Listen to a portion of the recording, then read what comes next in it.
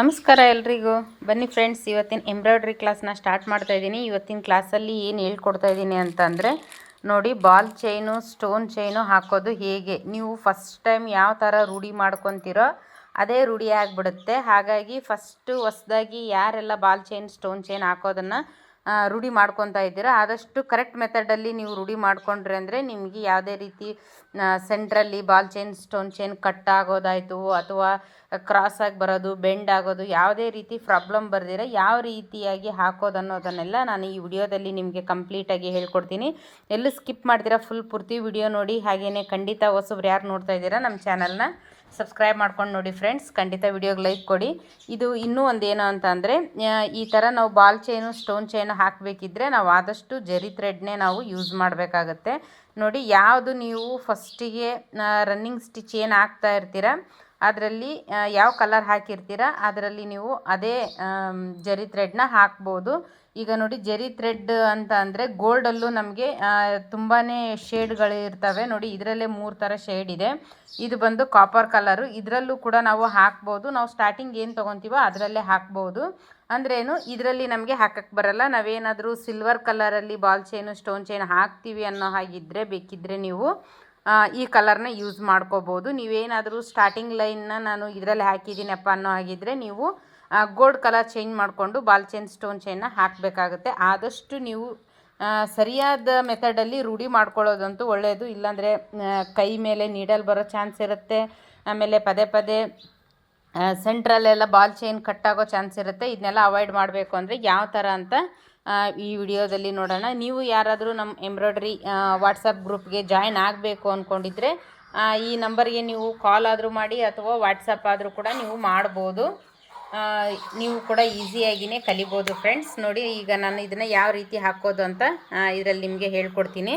ನೀವು ಯಾವುದಾದ್ರೂ ಸರಿ ಒಂದು ಜರಿ ಥ್ರೆಡ್ನ ಒಂದು ತೊಗೊಂಡ್ರಿ ಅಂದರೆ ನೀವು ಇದರಿಂದನೇ ಹಾಕ್ಬೋದು. ಈಗ ನೋಡಿ, ನಾನು ಇದರಲ್ಲಿ 3 ಥರ ಕಲರ್ ಇದೆ. ಇದರಲ್ಲಿ ಯಾವ್ದು ಬೇಕಿದ್ರೂ ನೀವು ಹಾಕ್ಕೋಬೋದು. ಯಾವುದಾದ್ರೂ ಒಂದಾದರೂ ನಿಮ್ಮ ಹತ್ರ ಇರಬೇಕಾಗತ್ತೆ.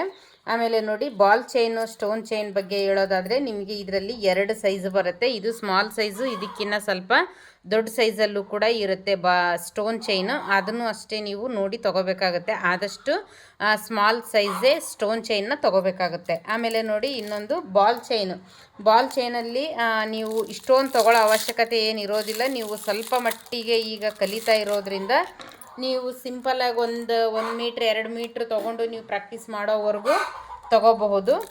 ಇದರಲ್ಲಿ ತುಂಬ ಕಲರ್ ಹೋಗೋ ಚಾನ್ಸ್ ಎಲ್ಲ ಇರುತ್ತೆ. ಆದಷ್ಟು ನೀವು ನೋಡಿ ತೊಗೋಬೇಕಾಗತ್ತೆ. ನೋಡಿ, ತುಂಬ ಜಾಸ್ತಿ ಹೆವಿ ಕಲರ್ ಇರಬಾರ್ದು. ನೋಡಿ, 1.5 mm ಅಂತ ಇದೆ. ಅಂದರೆ ಇದು ಸೈಜ್ ಬಂದು 1.5 mm ಅಂದರೆ 100 ಮೀಟ್ರ್ ಇರುತ್ತೆ ಇದರಲ್ಲಿ. ಇದು ಒಂದು ಫುಲ್ಲು ನನಗೆ ಏನು ರೇಟ್ ಕೊಟ್ಟಿದ್ದಾರೆ ಅಂದರೆ ಇದನ್ನು 350 ರೂಪಾಯಿಗೆ ಕೊಟ್ಟಿದ್ದಾರೆ. ಒಂದೊಂದು ಕಡೆ ಒಂದೊಂದು ರೇಟ್ ಇರುತ್ತೆ. ನಿಮ್ಮ ಕಡೆ ಎಷ್ಟು ರೇಟ್ ಇದೆಯೋ ನೀವು ತೊಗೋಬೋದು. ನೋಡಿ, ಬಾಲ್ ಚೈನು ಈ ಥರ ಇರಬೇಕು. ತುಂಬ ಜಾಸ್ತಿ ಗೋಲ್ಡ್ ಜಾಸ್ತಿ ಇರಬಾರ್ದು. ಅದೇನಾಗುತ್ತೆ, ಜಲ್ದಿ ಡಿಮ್ ಆಗುತ್ತೆ.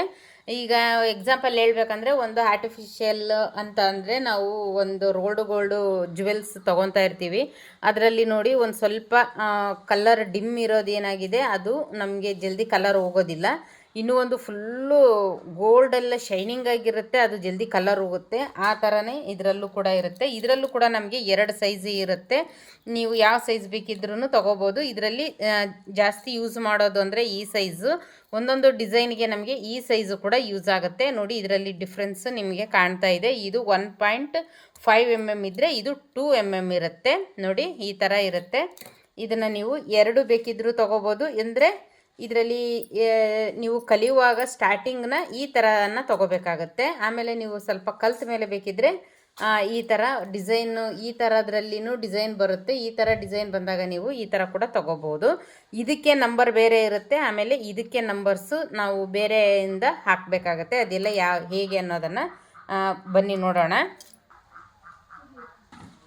ನೋಡಿ, ನಾನಿಲ್ಲಿ ಮಾರ್ಕ್ನ ಹಾಕ್ಕೊಂಡಿದ್ದೀನಿ. ಬಟ್ಟೆ ಕೂಡ ರಿಂಗಿಗೆ ಫಿಕ್ಸ್ ಮಾಡಿದ್ದೀನಿ.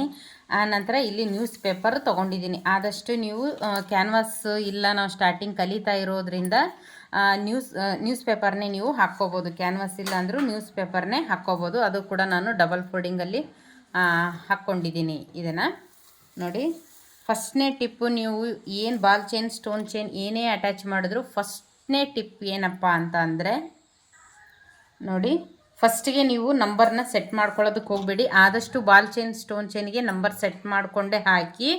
ಆದರೆ ನೋಡಿ, ಫಸ್ಟಿಗೆ ಇಲ್ಲಿ ನಾನು ಏನು ಹಾಕ್ತಾಯಿದ್ದೀನಿ, ಒಂದು ಸ್ವಲ್ಪ ಲೈನ್ ಒಂಚೂರು ಇಷ್ಟು ಹಾಕಿದ ಮೇಲೇ ನೀವು ಬೇಕಿದ್ದರೆ ನಂಬರ್ ಸೆಟ್ ಮಾಡಿಕೊಂಡು ಹಾಕ್ಬೋದು. ನೋಡಿ, ಈಗ ನಾನು ಇದರಲ್ಲಿ ಈ ಬಾಲ್ ಚೈನ್ನ ಹಾಕೋದು ಹೇಗೆ ಅಂತ ತೋರಿಸ್ತೀನಿ. ಸ್ಟಾರ್ಟಿಂಗು ಇಷ್ಟು ಸ್ಟಿಚ್ಚನ್ನ ಹಾಕಲೇಬೇಕು, ಇದು ಕೂಡ ಕಂಪಲ್ಸರಿ ಆಗಿರುತ್ತೆ. ಆಮೇಲೆ ನೋಡಿ, ನಿಮಗೆ ಇದು ಈ ರೀತಿ ಹಾಕುವಾಗ ಕೈಯಿಂದ ತಿರುಗಿಸಿ ಎಷ್ಟಕ್ಕೆ ನಮಗೆ ಸೆಟ್ ಆಗುತ್ತೆ ಅಂತ ನೋಡ್ಕೊಳ್ಳಿ. ನಂಬರ್ 1ವರೆಗೆ ಬೇಕಾ, ಒಂದಕ್ಕೆ ಸೆಟ್ ಆಗುತ್ತಾ ಅಂತ ನೋಡ್ಕೋಬೇಕಾಗತ್ತೆ. ನೋಡಿ, ಈಗ ನನಗೆ ಇದು 1 ನಂಬರ್ಗೆ ಸೆಟ್ ಆಗ್ತಾ ಇದೆ. 1 ನಂಬರ್ಗೆ ಈ ಬಾಲ್ ಚೈನು ಸೆಟ್ ಆಗ್ತಾ ಇದೆ. ನೋಡಿ, ಒಂದು ಸ್ವಲ್ಪ ಲಾಕ್ ಮಾಡ್ಕೊಂಡ್ಮೇಲೆ ಇದನ್ನು ಬೆಂಡ್ ಬಿಡಬಾರ್ದು, ಸ್ವಲ್ಪ ಟೈಟಾಗಿ ಎಳ್ಕೋಬೇಕಾಗತ್ತೆ. ನೋಡಿ, ಫ್ರೇಮ್ ಮೂಮೆಂಟು ಅಷ್ಟೇ, ತುಂಬ ಸ್ಪೀಡು ಮಾಡಬಾರ್ದು, ತುಂಬಾ ಅಲ್ಲೇ ಸ್ಟ್ರಕ್ಕು ಕೂಡ ಮಾಡಬಾರ್ದು, ಒಂದೇ ಲೆವೆಲ್ಗೆ ಹೋಗಬೇಕಾಗತ್ತೆ. ನೋಡಿ, 1 ನಂಬರ್ಗೆ ನನಗೆ ಈ ಬಾಲ್ ಚೈನಿಗೆ ಸೆಟ್ ಆಗಿದೆ. ನೋಡಿ, ಎಲ್ಲೂ ಲೂಸು ಬಂದಿಲ್ಲ, ಬೆಂಡು ಆಗಿಲ್ಲ. ನಾನು ಏನು ಮಾರ್ಕ್ ಹಾಕಿದ್ದೀನಿ ಕರೆಕ್ಟ್ ಅದರ ಮೇಲೇ ಸ್ಟಿಚ್ ಬಂದಿದೆ. ಇದು ನೋಡಿ, ಈ ಥರ ಬರಬೇಕು ಇದು ಬಾಲ್ ಚೈನ್ ಅಟ್ಯಾಚ್ ಮಾಡುವಾಗ. ಆಮೇಲೆ ನೋಡಿ, ಈಗ ಸ್ಟೋನ್ ಚೈನ್ದು ಹೇಳ್ತೀನಿ ನಾನು. ಸ್ಟೋನ್ ಚೈನ್ಗೂ ಅಷ್ಟೇ ನಾವೇನು ಮಾಡಬೇಕು, ಫಸ್ಟಿಗೆ ಇಲ್ಲಿ ಸ್ಟಾರ್ಟಿಂಗು 0ದಿಂದ ಒಂದು ಚೂರು ಈ ಥರ ಲಾಕ್ ಮಾಡಿಕೊಂಡು, ಆಮೇಲೆ ಈ ಸ್ಟೋನ್ ಚೈನ್ ಏನಿರುತ್ತೆ ನಾವು ಇದನ್ನು ಕೂಡ ಇಲ್ಲಿ ಹಾಕ್ಕೋಬೇಕಾಗತ್ತೆ. ನೋಡಿ, ನಾವು ಆದಷ್ಟು ಈ ರೀತಿ ನೀವು ಮಾರ್ಕ್ ಹಾಕ್ಕೊಂಡೇ, ಖಂಡಿತವಾಗ್ಲೂ ಹೇಳ್ತೀನಿ, ಮಾರ್ಕ್ ಹಾಕ್ಕೊಂಡೇ ನೀವು ಅದ್ರ ಮೇಲೆ ಪ್ರಾಕ್ಟೀಸ್ ಮಾಡಿ. ಆಗ ನಿಮಗೆ ಸ್ಟ್ರೈಟ್ ಲೈನು ಆಮೇಲೆ ರೌಂಡ್ ನೆಕ್ ಲೈನು ಎರಡೂ ಕೂಡ ನಿಮಗೆ ಕರೆಕ್ಟಾಗಿ ಬರುತ್ತೆ. ಬಿಗಿನರ್ಸು ಸ್ಟಾರ್ಟಿಂಗು ಸ್ಟ್ರೈಟಾಗಿ ಕಲೀರಿ. ಆಮೇಲೆ ಸ್ವಲ್ಪ ದಿನ ಆಗ್ತಾ ಆಗ್ತಾ ನಿಮಗೆ ಇದು ಪ್ರಾಕ್ಟೀಸ್ ಆದಮೇಲೆ ನೀವು ಫ್ರಂಟ್ ನೆಕ್ ರೂಢಿ ಮಾಡಿಕೊಂಡು ಆಮೇಲೆ ಫುಲ್ ಬ್ಯಾಕ್ ನೆಕ್ನ ರೂಢಿ ಮಾಡ್ಕೋಬೇಕಾಗತ್ತೆ. ಈಗ ಇದಕ್ಕೆ ನನಗೆ ಯಾವ ನಂಬರ್ ಸೆಟ್ ಆಗ್ತಾ ಇದೆ ಅಂತ ಹೇಳ್ತೀನಿ. ಈಗ ನೋಡಿ, 2ನೇ ನಂಬರ್ಗೆ ಬಂದಿದ್ದೀನಿ ನಾನು. 2ನೇ ನಂಬರ್ಗೆ ಇದನ್ನು ಲಾಕ್ ಮಾಡ್ಕೊತಾ ಇದ್ದೀನಿ. ಅಂದರೆ ನಾನು ಯಾವುದೇ ರೀತಿ ಸೆಟ್ಟಿಂಗ್ ಮಾಡ್ಕೊಂಡಿಲ್ಲ, ಬೇಕಿದ್ದರೆ ನೀವು ಸೆಟ್ಟಿಂಗ್ ಮಾಡ್ಕೋಬೋದು. ಈ ರೀತಿ ಲಾಕ್ ಆದಮೇಲೆ ಇದನ್ನು ಅಷ್ಟೇ ನೋಡಿ, ಇದು ಎಲ್ಲ ತುಂಬ ಈ ರೀತಿ ಎಲ್ಲ ಆಗಿರುತ್ತಲ್ಲ, ಇದನ್ನು ಕರೆಕ್ಟಾಗಿ ಬೆರಳಿಂದ ಮಾಡಿಕೊಂಡು ಈ ರೀತಿ ನೋಡಿ, ಇಷ್ಟು ಕರೆಕ್ಟಾಗಿ ನಮಗೆ ಯಾವ ಲೈನ್ ಬೇಕು ಅಂತ ಅದರ ಮೇಲೇ ಹಾಕ್ಕೋಬೇಕಾಗುತ್ತೆ. ಈಗ ಇದನ್ನು ನಾನು 2ನೇ ನಂಬರ್ಗೆ ಹಾಕ್ಕೊಂಡಿದ್ದೀನಿ ನೋಡಿ, ಈ ಥರ. ಆಮೇಲೆ ಒಂಚೂರು ಟೈಟಾಗಿ ಎಳೆದು, ಟೈಟ್ ಅಂದರೆ ಬಾಲ್ ಚೈನ್ ಸ್ಟೋನ್ ಚೈನ್ ಯಾವುದೇ ಆಗಿರಲಿ ಎಳಿಬೇಕು ಅಂದರೆ ಫುಲ್ ಕಟ್ಟಾಗೋವರೆಗೂ ಎಳೆಯೋದಲ್ಲ, ಒಂದು ಸ್ವಲ್ಪ ಒಂಚೂರು ಕೈಯಿಂದ ಎಳೆಯೋ ರೀತಿ ಮಾಡಿಕೊಂಡು ಸ್ಟಿಚ್ಚನ್ನ ಹಾಕ್ಕೋಬೋದು. ನೋಡಿ,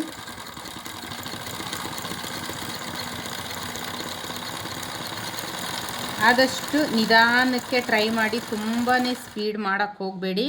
ball chain stone chain attach ಮಾಡಬೇಕಾದ್ರೆ ನೋಡಿ, ನಮಗೆ ಎಲ್ಲೂ ಬೆಂಡಾಗಿಲ್ಲ, ಕ್ರಾಸು ಬಂದಿಲ್ಲ, ಎಷ್ಟು ನೀಟಾಗಿ ಬಂದಿದೆ. ಈಗ ಬಾಲ್ ಚೈನು ಸ್ಟೋನ್ ಚೈನು ಎರಡೂ ಒಟ್ಟಿಗೆ ಅಟ್ಯಾಚ್ ಮಾಡೋದು. ನೀವು ಇನ್ನೊಂದೇನೆಂದರೆ, ಈಗ ಒಂದೊಂದು ಡಿಸೈನಲ್ಲಿ ನಮಗೆ ಬರೀ ಬಾಲ್ ಚೈನ್ ಬೇಕಾಗುತ್ತೆ, ಒಂದೊಂದು ಡಿಸೈನಲ್ಲಿ ನಮಗೆ ಬರೀ ಸ್ಟೋನ್ ಚೈನ್ ಬೇಕಾಗುತ್ತೆ. ಆ ರೀತಿ ಇದ್ದಾಗ ನೀವು ಸಪ್ರೇಟಾಗಿ ಈ ಥರ ಕಲಿತು ಆಮೇಲೆ ನಮಗೆ 3 ಬೇಕಾಗುತ್ತೆ. ಅಂದರೆ 3 ಸ್ಟೆಪ್ಪು ಬರುತ್ತೆ. ಒಂದು ಬಾಲ್ ಚೈನು, ಒಂದು ಸ್ಟೋನ್ ಚೈನು ಮತ್ತು ಬಾಲ್ ಚೈನು. ಈ ರೀತಿ ಬಂದಾಗ ನಾವೇನು ಮಾಡಬೇಕು, 3 ಒಂದೇ ಸಲ ಅಟ್ಯಾಚ್ ಮಾಡೋದನ್ನು ಕಲಿಬೇಕಾಗತ್ತೆ. ನೋಡಿ, ಫಸ್ಟು ನಾನೀಗೇನು ಮಾಡ್ತೀನಿ, 0ದಿಂದ 1-2 ಲೈನ್ನ ಅಂದರೆ 1-2 ಸ್ಟಿಚ್ಚನ್ನ ಹಾಕ್ಕೊಳ್ತೀನಿ.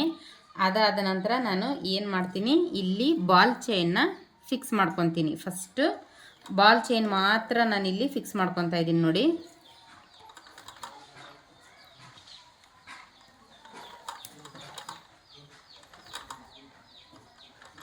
ಈ ರೀತಿ ಲಾಕ್ ಮಾಡ್ಕೊಂಡ್ಮೇಲೆ ಈಗ ನಾನಿಲ್ಲಿ ಸ್ಟೋನ್ ಚೈನ್ನ ಫಿಕ್ಸ್ ಮಾಡ್ಕೊತಾ ಇದ್ದೀನಿ. ನೋಡಿ, ಸಪ್ರೇಟು ನೀವು ಫಿಕ್ಸ್ ಮಾಡ್ಕೊಂಡಾಗ ನಿಮಗೆ ಜಲ್ದಿ ಗ್ಯಾಪ್ ಅನಿಸಲ್ಲ ಅದು.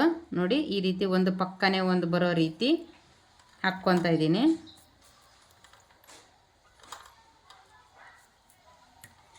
ಆನಂತರ ಮತ್ತೆ ನಾನೇನು ಮಾಡ್ತಾಯಿದ್ದೀನಿ, ಇಲ್ಲಿ ಇನ್ನೂ ಒಂದು ಲೇಯರು ಬಾಲ್ ಚೈನ್ನ ಫಿಕ್ಸ್ ಮಾಡ್ಕೊತೀನಿ. ಅಂದರೆ ಫಸ್ಟಿಗೆ ನಾನು ಇಲ್ಲಿ ಒಂದ್ರ ಪಕ್ಕ ಒಂದು ಬರೋ ರೀತಿ ಇದನ್ನು ಹಾಕ್ಕೊತಾ ಇದ್ದೀನಿ.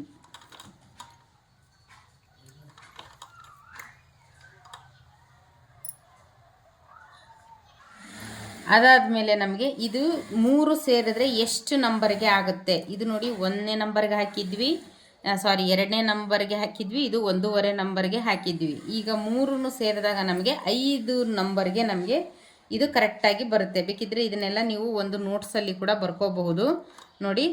ಈಗ ನೀವು ಫಸ್ಟು ಸ್ಟಿಚ್ಚು ಮಷಿನ್ ಮೂವ್ ಮಾಡೋಕ್ಕೆ ಮುಂಚೆ ಕೈಯಿಂದ ತಿರುಗಿಸಿ ಎಷ್ಟು ನಂಬರ್ಗೆ ಸೆಟ್ ಆಗುತ್ತೆ ಅಂತ ಈ ರೀತಿ ನೋಡ್ಕೋಬೇಕಾಗತ್ತೆ. ಆ ನಂತರ ಕರೆಕ್ಟಾಗಿ 3 ಒಂದೇ ಲೆವೆಲ್ಗೆ ಈ ಥರ ಎಳೆದಿಡ್ಕೊಂಡು ಸ್ಟಿಚ್ನ ಹಾಕ್ಕೋಬೇಕಾಗತ್ತೆ. ತುಂಬ ಸ್ಪೀಡಾಗಿ ಹಾಕಬೇಡಿ ಆದಷ್ಟು.